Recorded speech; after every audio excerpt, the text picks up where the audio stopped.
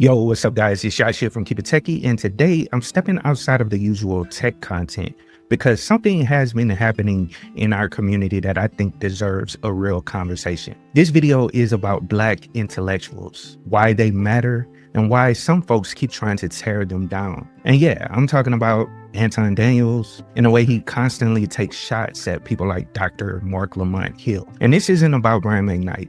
I could care less about that man's personal drama. That's irrelevant to me. I'm focused on something much bigger, and that's the pattern. The open disrespect towards Black scholars, the anti-intellectual talking points, the glorification of money over knowledge, the way some influencers profit off tearing down the very people who have dedicated their lives to studying and improving our condition. That's what I want to address today. So let's run an intro and get to it.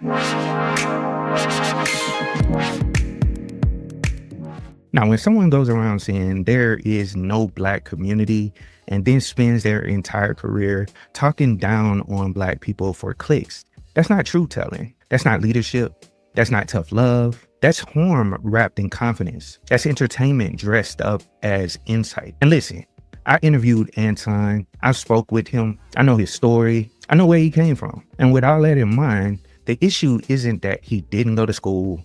The real issue, in my opinion, is that he's anti-intellectual and not anti-education. And that's a huge difference. Based on my interview with him, Anton respects degrees when they lead to corporate doors opening.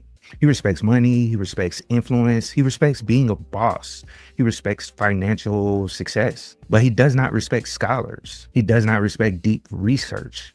He does not respect community-oriented thinkers. He does not respect intellectual traditions or academic contributions unless they lead to some sort of profit. In my opinion, to him, success is something you measure in dollars, not impact. And because he values money above everything else, anyone whose influence comes from knowledge instead of income gets the label as fake intellectuals or cowards or people with no results, which I actually heard him say on that podcast interview with Brian McKnight. It also looks like he sees us as people who cannot compete financially. I look at Marc Lamont Hill.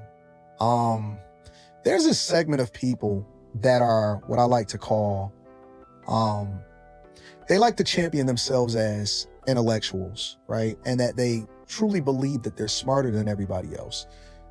But I don't really believe that because I never see the results. Right. It never translates, right? So I see people hand him I see people handing him his ass all the time. Yeah, it's easy to, it's easy to say that, I'm the smartest guy in the room, but it doesn't necessarily translate into results, right? So now that's not critique. That's insecurity wearing confidence like a jacket. And this is why Marc Lamont Hill specifically bothers him. And I'm not here to defend him. He could defend himself. But Marc Lamont Hill is the kind of Black excellence you cannot buy. He earned a PhD from the University of Pennsylvania with distinction. He has taught at Morehouse, Temple, Columbia University, and CUNY. He's hosted major programs on BET, The Griot, and Al Jazeera. He's also written 8 books. He's an internationally respected journalist. He's also a long-life activist for justice and human rights. And one of the dopest things I wanted to point out that most people don't know about Marc Lamont Hill, he actually owns Uncle Bobby's Coffee and Books. And it is one of the most important Black cultural spaces in Philadelphia. And also, while I was doing research for this video, I do remember seeing something about him named as one of Ebony's 100 most influential Black Americans. Now, you can't money your way into that kind of respect. You also can't hustle your way into that level of scholarship. You can't boss talk your way into that kind of legacy. So when Anton sees Marc, he's not seeing a man he disagrees with. He's seeing a man who represents a lane he cannot dominate. Now, Marc did not need corporate America to validate him. Marc didn't need to talk about money to be respected. Marc didn't have to flex or posture or brand himself as a millionaire to make people listen to him. His credibility comes from knowledge, consistency, and impact, not financial status. And let me respond directly to what Anton said on that podcast, because he made a pretty bold claim. At the end of the day, Marc doesn't have to call himself anything. His PhD, his books, his awards, his teaching career, his activism, his journalism, and his global influence speaks louder than anything he could say. The only reason you don't see the results is because academic results doesn't look like chains or revenue numbers or YouTube views. They look like policy influence, community education, international respect, and decades of published work. And disagreement in public debate isn't the same as being exposed. And lastly, Anton says he only talks to people he values. I mean, that's fine. You could do that. But what you're really saying is, I don't value intellectual work because I don't understand it. That's not a critique of Marc Lamont Hill. That's essentially a confession. Now let's talk about Anton's journey, because it actually helps explain a lot. In our interview, Anton said he was like a C student. I believe he says that on his channel a lot. He was self-taught in design. He was hustling online, selling products. He faced barriers in the tech industry. He also mentioned that he applied for a lot of jobs but was rejected. And he admitted he went back to school out of frustration because he realized he was trying to shortcut a system that wasn't designed to let him in without credentials. But once he got in, he worked his way into UX, UI, leadership positions, and eventually into business success. Now, that's a respectable story, and that's a story many people can relate to. But here's the part most people miss. He never fully let go of the resentment that academia, corporate gatekeeping, and intellectual spaces created in him. He respects the degrees, but not the intellectual ecosystem behind it. He respects education as a tool, but not as a calling. And of course, he respects money, but not community upliftment, especially as I've seen his channel evolve over the years. So when he sees scholars who built careers outside of capitalistic validation, people who didn't need to fight the same fight he did, I think it hits a nerve. These scholars represent a world he doesn't trust and a type of success he doesn't value. And that's where the hostility comes from. And this is where the conversation gets even deeper. Based on me watching him for a couple of years, Anton is an individualist. He says proudly that the Black community doesn't exist. Everyone is on their own, and success is personal. Independence is everything. And that worldview is his right, but it's not culturally neutral. And it's not rooted in Black tradition, because Black survival has always been collective. Also, Black progress has always been collective. From mutual aid societies to HBCUs to the civil rights movement to Black churches to student unions to the Black Panther Party to grassroots organizations. Every step we've taken forward came from community structure, not every man for himself. So when someone says there is no Black community, they're not speaking truth. They're abandoning a 400-year legacy of collective survival. They're promoting a worldview that weakens us, and they're replacing a tradition that built us with a mindset designed to divide us. And combined with anti-intellectualism, it becomes dangerous. Let me break down how anti-intellectual influencers manipulate their audiences. First, they reduce complex issues to simple emotional statements. Things like, y'all don't want to hear the truth, or I'm the only one who keeps it real. That's something I hear a lot, and everybody else is lying to you. And that creates fake authority. Second, a lot of times they weaponize confidence. Confidence is persuasive, even when the information is wrong. People confuse tone with truth. Third, they avoid specifics. Instead of addressing facts, they talk about energy or narratives or anecdotes that feel real, but are not rooted in evidence. It's kind of like that narrative that 1350, but if you actually look at the stats, you'll see that 50% of Black people are exonerated when you look deeper into those stats. And then also, fourth, they frame themselves as victims of intellectual gatekeeping. Like, for instance, I've heard people say academics look down on me. They don't want people like me speaking, or I'm too raw and too real to be on this network or that network. That's not oppression.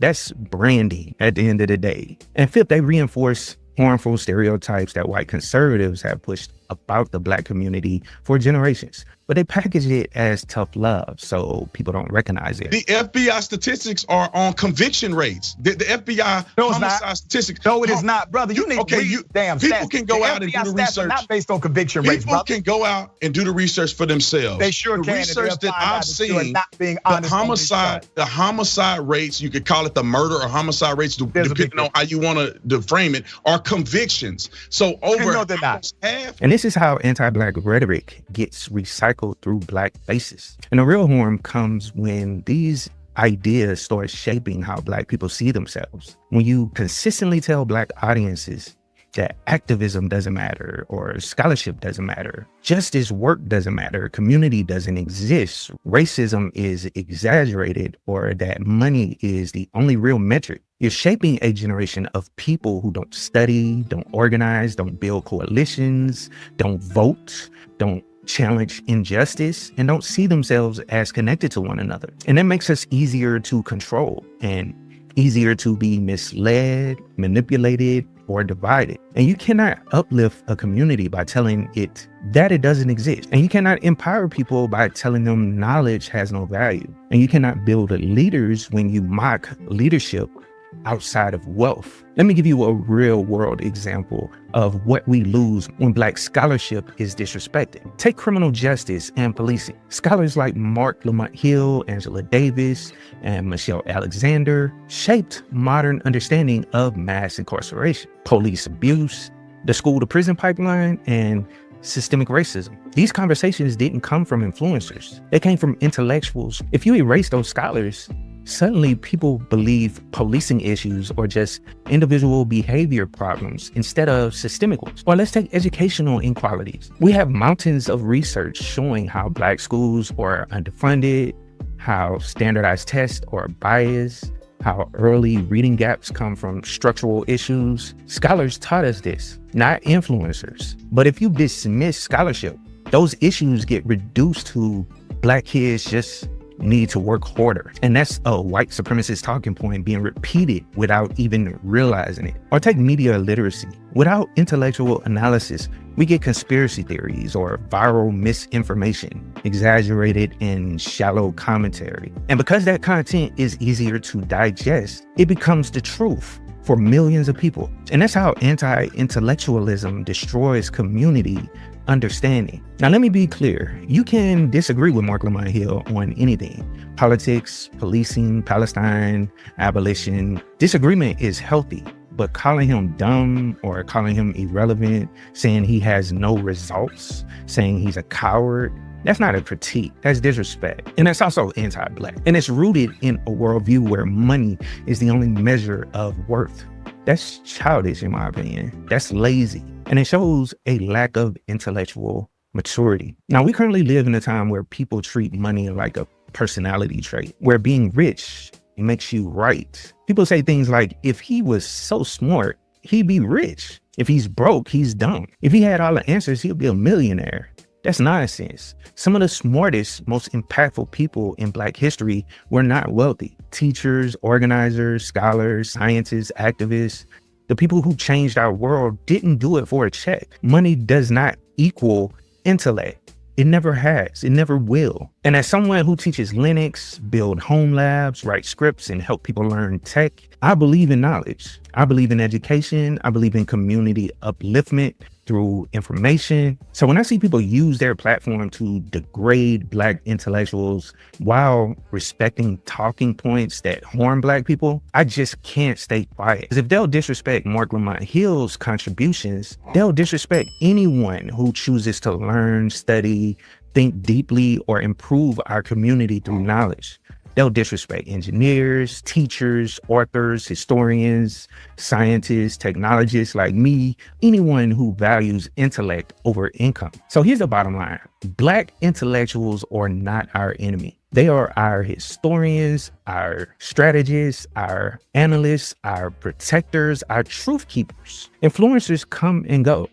Algorithms shift. Trends fade, but intellectual work is what survives generations. If we allow anti-intellectual voices to dominate our space, we lose the foundation every civil rights movement was built on. So yes, defend Marc Lamont Hill, but more importantly, defend what he represents. And that's knowledge, discipline, Black history, which this administration is currently trying to whitewash. Also defend community upliftment, intellectual excellence, and global awareness. Because without those things, we are just noise. So thanks for watching. Go down and drop your thoughts down below respectfully. And as always, keep it techie.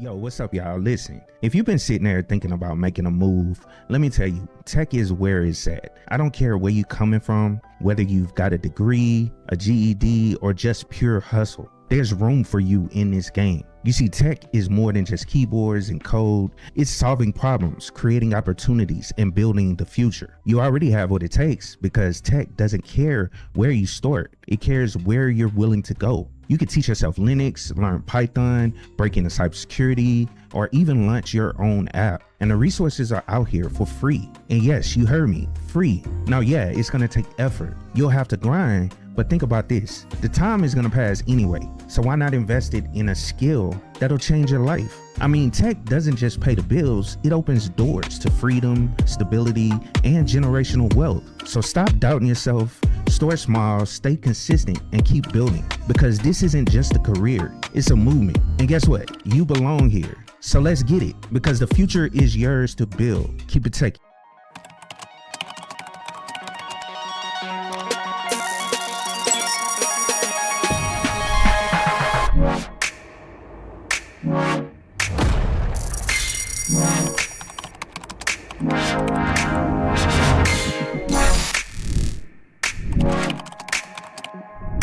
One.